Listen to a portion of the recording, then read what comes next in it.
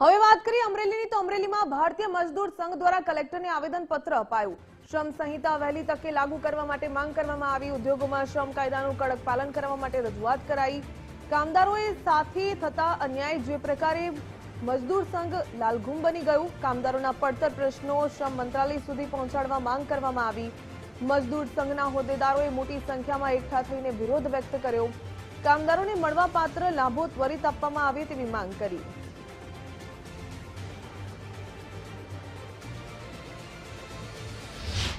આજે શ્રમ સંહિતા જે 4 શ્રમ સંહિતા છે 1/4/2026 થી જે લાગુ કરવામાં આવ્યા છે એને વહેલા તકે લાગુ કરવામાં આવે અને શ્રમ કાયદામાં સખ્તીથી જે ઉદ્યોગોમાં લાગુ કરે એવી આવેદનપત્ર સાથે અમે લોકો કલેક્ટર ઓફિસે મળવા માટે આવ્યા હતા અને આવેદનપત્ર આપે પાઠવેલ છે।